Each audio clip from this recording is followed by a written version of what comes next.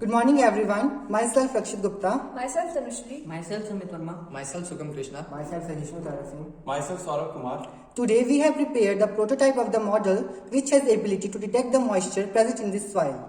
We, the students of Kendra Ghare Lakhanpur, has made this project under the Atal Tinkering Lab. First of all, let's know us the parts of the model. One moisture sensor, one Arduino Mega, one breadboard and connecting wires and LEDs. The connections. हमारी first pin AO, इसे हमने Arduino के AO port पे लगाया है, और हमारी second pin DO, इसे हमने कहीं नहीं लगाया, इसका हमारे प्रोजेक्ट में कहीं काम नहीं है। और हमारी थर्ड पिन GND, इसे हमने आर्डिनो के GND पोर्ट में लगाया है। और हमारी फोर्थ पिन VCC, इसे हमने आर्डिनो के 5 वोल्ट पोर्ट पे लगाया है। LED के कनेक्शंस के बारे में समझते हैं। रेड LED के नेगेटिव टर्मिनल को हमने आर्डिनो के GND पोर्ट में लगाया है, और रेड LED के पॉजिटिव टर्मिनल को हमने आर्डिनो के 13 नंबर पिन पोर्ट में लगाया है।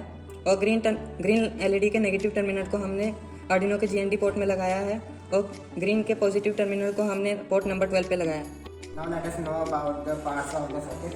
The certain pin that we have used for the connections are GND pin, 5 watt pin, AO pin, 13 pin and the 12 pin. Now let's come to the main sensor. The parts of the sensors are the conductive probe. Its purpose is to sense the moisture level of the soil. And now come to the control board. Its function is to control the main sensor. This is a power supply which gives the power to the circuit. This is Arduino. We have used the model Arduino Mega 2560.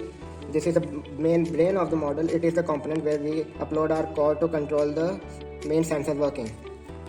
And now at the last, this is the breadboard. It is a component which works as the normal circuit board. We have used it to connect the green light and the red light. We will now come to know about these two functions in next part.